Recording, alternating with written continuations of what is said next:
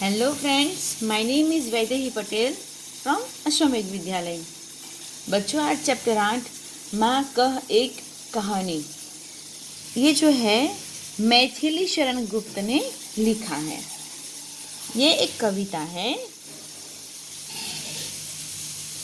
राष्ट्र कवि मैथिली शरण गुप्त का जन्म सन 1886 में चिरगांव जिला झांसी उत्तर प्रदेश में हुआ था।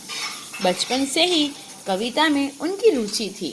आचार्य महावीर प्रसाद त्रिवेदी की प्रेरणा से वे खड़ी बोली की ओर मुंडे और उनकी कविता में निखार आया। उन्होंने अपनी कविताओं में भारतीय जीवन को समग्रता से समझने एवं प्रस्तुत करने का प्रयास किया है। खड़ी बोली हिंदी के आरंभिक अन्याय में से एक थे। साकेत गुप्त जी द्वारा लिखित महाकाव्य है। इसके अतिरिक्त यशोधरा, पंचवटी, भरत भारती तथा जयद्रथ आदि इनकी मुख्य काव्य कृतियाँ हैं। इनकी मुख्य सन 1964 में हुई। उनकी मृत्यु कब हुई? 1964 में मृत्यु हुई। मारने वाले से बचाने वाला बड़ा होता है, यह उक्ति चरितार्थ हुई है। गौतम बुद्ध के जीवन से संवाद शैली की इस कविता में गौतम बुद्ध के बचपन की एक घटना का उल्लेख है, जिसमें उनका पुत्र राहुल माँ यशोधरा से राजकुमार सिद्धार्थ की उसी कहानी को दोहराने का आग्रह करता है, जिससे उपर्युक्त उक्ति परिभाषित हुई है। तो मित्रों, पहले हम लोग ये कविता सुन लेते हैं, ठीक है?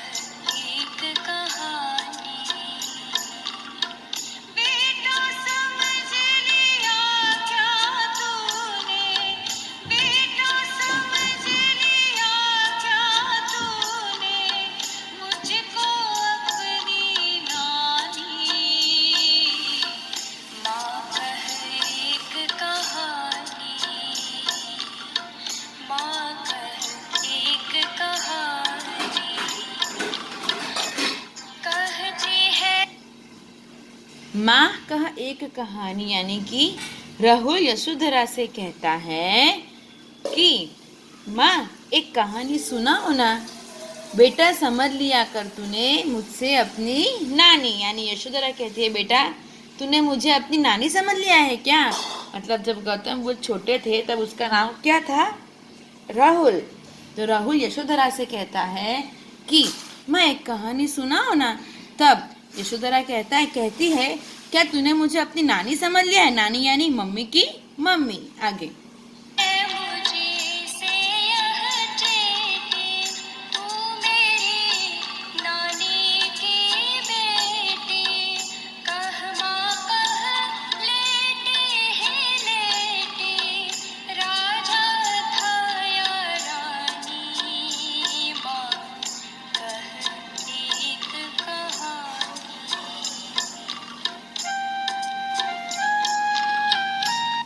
क्या कहा है? कहती है मुझसे यह जेठी तू मेरी नानी की बेटी, यानी कि यह दासी मुझसे कहती है कि तुम मेरी नानी की बेटी हो।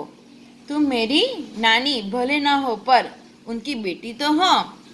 कह माँ एक लेटी ही लेटी, राजा था या रानी, माँ कह एक कहानी, यानी कहते हैं कि इसलिए माँ कहानी सुनाओ ना, लेटे लेटे ही सुनाओ।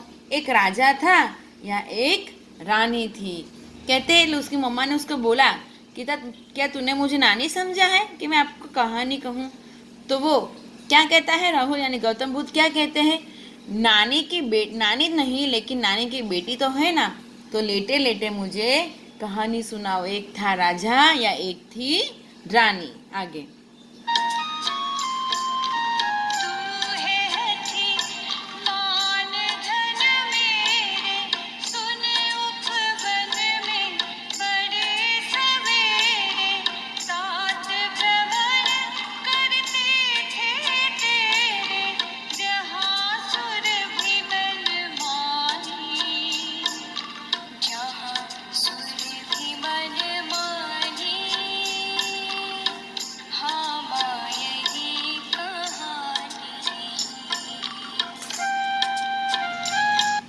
क्या कहा है?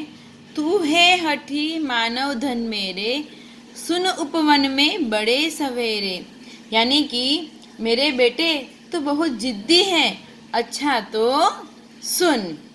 एक दिन बड़ी सुबह तेरे पिता बगीचे में घूम रहे थे। उपवन यानी बगीचा। तात भ्रमण करते थे तेरे, जहाँ सुरभि मन माने। उसी समय वातावरण में मनपसंद खुशबू फैली हुई थी। वहाँ मनपसंद खुशबू खूब फैली हुई थी। हाँ माँ, यही कहानी सुनाओ। इसकी मम्मी कहती है कि मेरे बेटे तू बहुत जिद्दी है, अच्छा तो सुन। एक दिन बड़ी सुबह तेरे पिता बगीचे में घूम रहे थे। तात यानी पिता, तात यानी पिता, फादर। उस समय वातावरण में मनपसंद खुशबू फैली हुई थी। तो हाँ माँ, यही कहानी मुझे सुनाओ। आगे देखते हैं।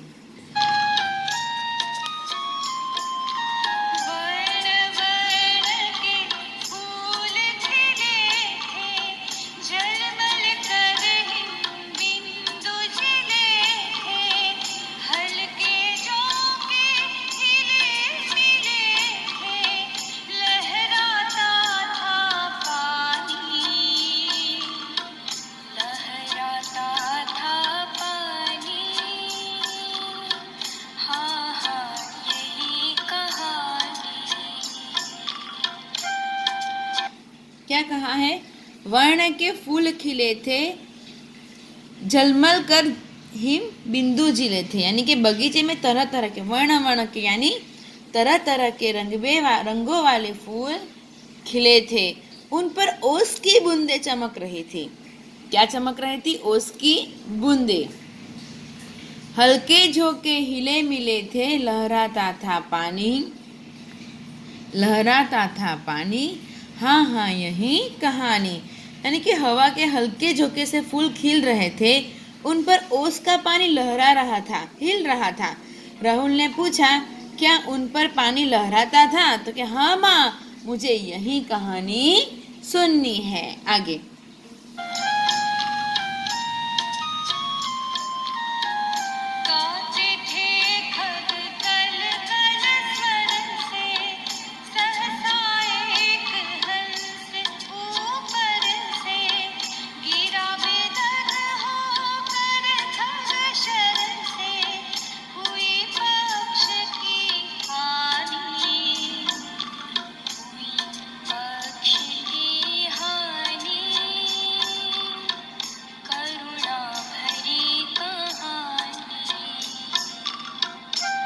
क्या हुआ?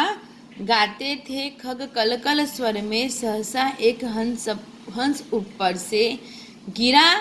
यानी कि पक्षी मधुर स्वर में गा रहे थे। अचानक एक हंस ऊपर से नीचे गिरा। वह पक्षी बाण से बिंध गया था, उसका एक पंख घायल हुआ था। गिरा विरुद्ध होकर खग सर से हुई पक्ष की हानि, हुई पक्ष की हानि, करुणा भरी कहानी। यानी कि जब पक्षी मधुर स्वर में गा रहे थे, अचानक एक हंस ऊपर से गिरा। वह पक्षी बाण से बिंध गया था, उसका एक पंख घायल हुआ था। दुखी होकर राहुल ने पूछा, पंख घायल हो गया था? यह तो बहुत दुख भरी कहानी है। फिर जब उसकी मम्मी कहानी सुना रही थी तब ऐसा बोला ना, तो वो राहुल यानी गौतम बुद्ध एकदम सैड से हो गए, दुख हो गए कि क्या मम्मा सच्ची में ऐसा हुआ था? आगे देखते हैं।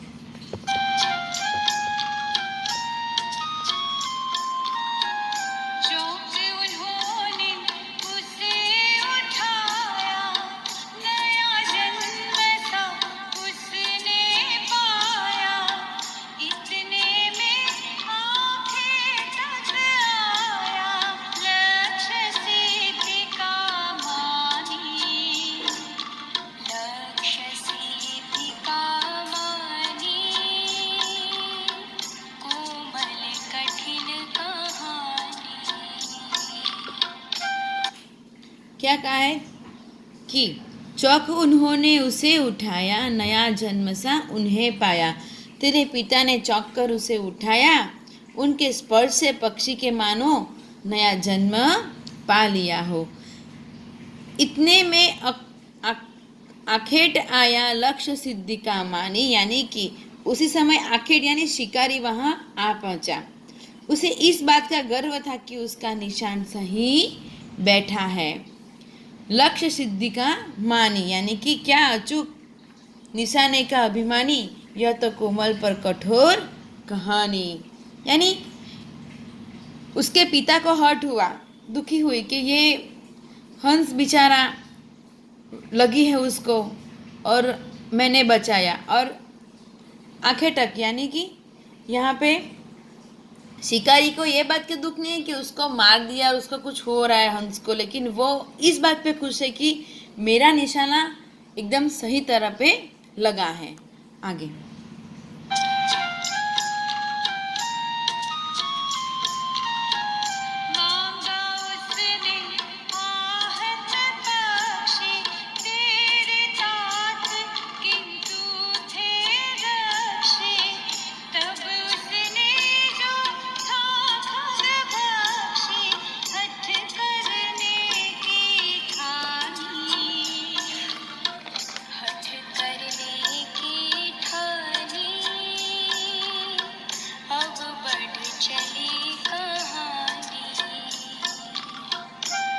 क्या हुआ?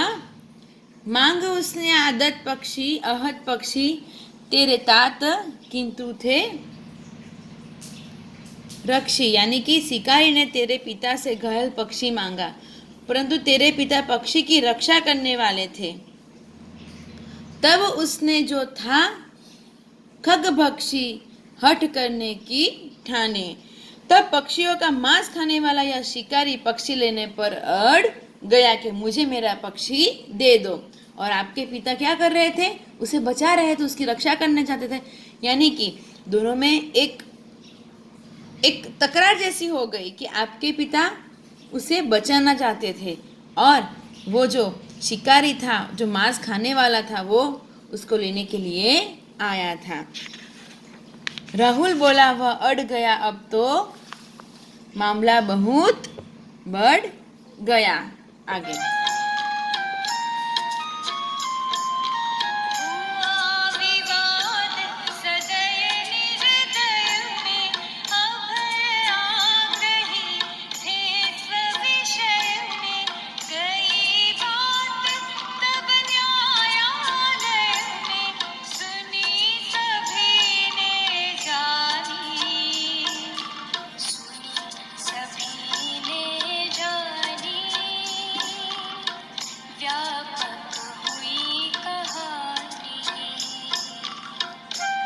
फिर क्या होता है?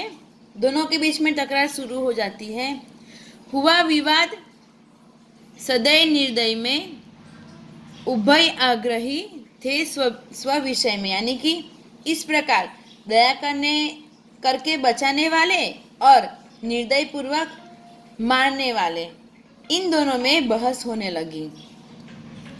गई बात तब न्यायालय में सुनी सभी ने जानी, यानी कि इन दोनों के में बहस होने वाली, दोनों अपनी अपनी बात पर डटे हुए थे। तब बात न्यायालय में गई, वहाँ यह बात सभी ने सुनी और मालूम की। सुनी सुनी ने जानी, व्यापक हुई कहानी। राहुल ने पूछा, क्या सभी ने बात सुनी और मालूम की? तब तो यह बात चारों ओर फैल गई। आगे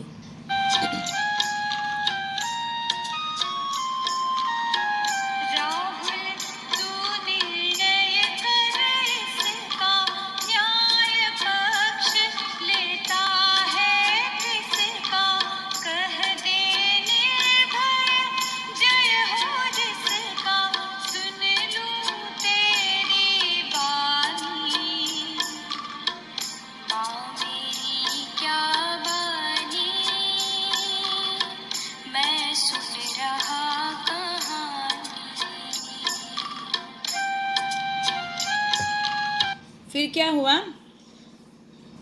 राहुल तो निर्णय कर इसका, न्याय पक्ष लेता है किसका?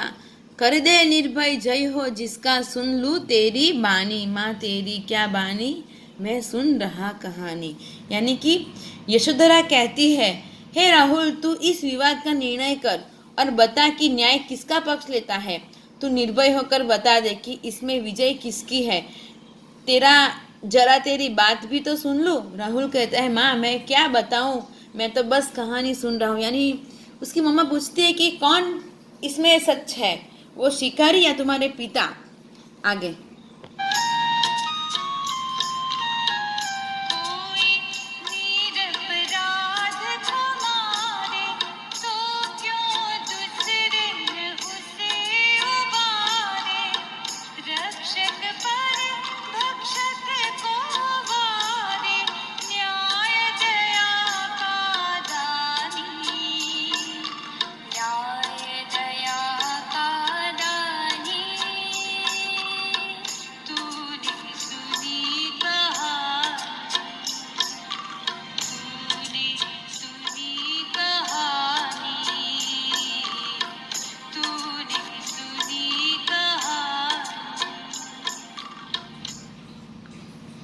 यानी क्या है इसमें एंड में कि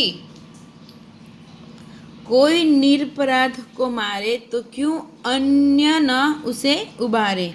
यानी कि कहते हैं कि कोई किसी निर्दोष को मार रहा हो तो दूसरा उसे क्यों न बचाए। रक्षक पर भक्षक को वारे, न्याय दया का दानी, न्याय दया का दानी तूने सुनी कहानी। कि जो वही है जो दया के पक्ष में हो, जो मारने वाले के पक्ष में नहीं, बचाने वाले के पक्ष में हो। यानी कि राहुल ने कहा क्या दया न्याय का दान देती है। यशोधरा बोली तूने सचमुच कहानी समझ ली। तो फ्रेंड्स आज हमारी ये चैप्टर 8 माँ का एक कहानी हम लोगों ने आज पढ़ी। अभ्यास और स्वाध्याय आपका होमवर्क है। विशेष प्रश्नों में आपको पीडीएफ भेजूंगी, आपको लिख देना है। ओके, भाषा सज्जता देखते हैं। क्रिया का काल आपको पता है ना, हम 3 काल भविष्य काल, वर्तमान काल, भूतकाल और भविष्य काल, 3 काल का हमने स्टैंडर्ड 6 से समझ लिया है। वर्तमान काल यानी जो अभी चल रहा है वो, भूतकाल यानी जो चला गया है वो, और भविष्य काल यानी जो आने वाला है वो। इन वाक्यों को पढ़िए तथा क्रियापदों पर ध्यान दीजिए। मेरा प्रताप ही ऐसा है, तू मेरी बुद्धि को कुंद बताकर मेरा अपमान कर रहा है। तुम्हारा बाहर आना खतरे से खाली नहीं, फिर भी तुम बाहर आ गए। वह खान के भीतर रहता था, उनकी लोहा दादी की एक चपत से तेरी सारी शान चंपत हो जाएगी। वह रात में पढ़ाई करेगा। पहले दूसरे वाक्य में क्रियापद है तथा कर रहा है से स्पष्ट हो रहा है कि वर्तमान काल के वाक्य है।